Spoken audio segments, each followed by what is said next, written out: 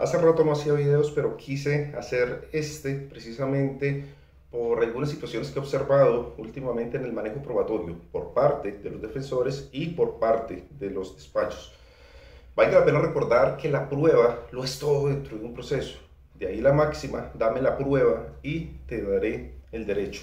En la valoración probatoria se cometen muchos errores, al igual que al momento de solicitar pruebas. Dentro de esos errores tenemos dos clásicos, que son los errores de hecho y los errores de derecho. Dentro de los errores de hecho están los falsos juicios de valoración.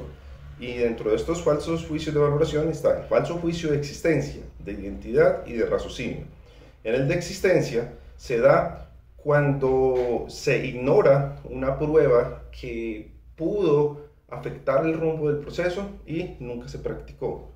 También cuando el juez asegura que las pruebas que tiene dentro del expediente demuestran una situación como tal, llegándose a inventar este efecto como tal. No tiene ninguna prueba, pero para él estas pruebas o lo que está dentro del expediente es suficiente. En este momento tengo un caso específico en el que se está investigando un servidor público por haber influido en otro para que cometiera una conducta irregular. Dentro del expediente se tienen pruebas suficientes que certifican que el segundo servidor público cometió una conducta irregular, el influido supuestamente, y eso está plenamente establecido. Pero frente a quien supuestamente influyó no existe una sola prueba. Pero para el despacho tienen suficientes elementos para demostrar que mi representado causó la influencia, cuando en realidad no tienen absolutamente nada. Como les digo, tienen totalmente soportado la conducta irregular de quien desarrolló el comportamiento y creen que con eso es suficiente para demostrar que mi representado causó la influencia, y no han practicado una sola prueba y no tienen un solo elemento para demostrar esta situación. Este es un buen ejemplo del falso juicio de existencia. Creen que tienen la prueba, pero realmente no existe, no la tienen.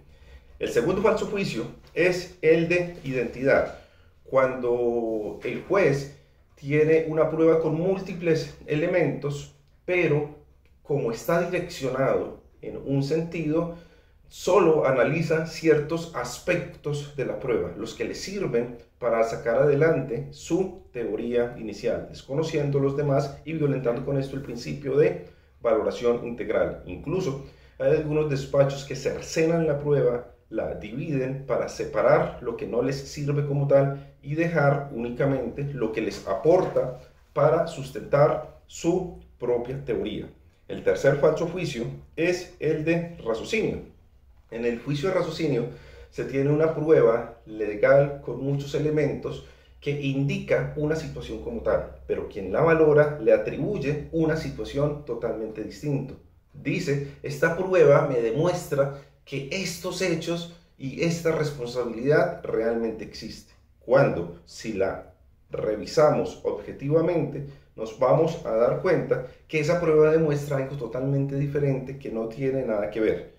El segundo error en la valoración probatoria son los errores de derecho. El primero, el de legalidad, la prueba totalmente ilegal que por desconocimiento fue incorporada dentro del proceso o que siendo debidamente incorporada desconoció los principios probatorios, debiendo tener en cuenta que los principios probatorios son el de publicidad y el de oponibilidad. Cualquier prueba que no sea sometida a estos principios pues carece de validez y de legalidad como tal. El segundo error de derecho es el error de convicción.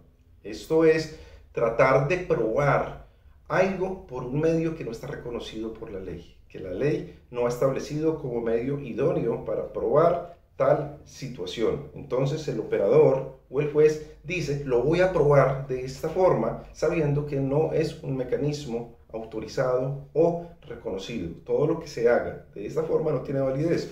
Un caso concreto es lo que pasa aquí en Colombia con la prueba de polígrafo. Para muchos la prueba de polígrafo es algo válido, es algo técnico y científico. Sin embargo, jurídicamente no está reconocido. Entonces así, exista un resultado arrojado por el polígrafo que diga tal cosa, esta prueba no tiene ninguna validez dentro de un trámite judicial o administrativo. Finalmente, debemos tener en cuenta la aptitud de la prueba al momento de solicitarla, al momento de ordenarla, practicarla y valorarla. Los tres elementos de la aptitud de la prueba pues son la conducencia, la pertinencia y la utilidad, donde la conducencia nos habla de la idoneidad del medio como tal. Cada situación tiene un medio idóneo para probarse como tal. Por ejemplo, los bienes sometidos a registro no se prueban por comentarios, por cartas, por firmas, ni nada por el estilo, sino por el certificado expedido por la entidad encargada de llevar el registro. La pertinencia, pues es la identidad con los hechos. Lo que se manifiesta en la prueba es cierto, los elementos son reales, pero demuestran algo que no se está investigando. Entonces eso no nos sirve dentro de nuestra investigación, no nos aporta nada al proceso. Y finalmente está la utilidad. En la utilidad tenemos unos elementos ciertos, legales, válidos, pero no nos aporta nada dentro del proceso, o no, para diferenciar con el anterior concepto, no es útil, no nos lleva a poder decidir.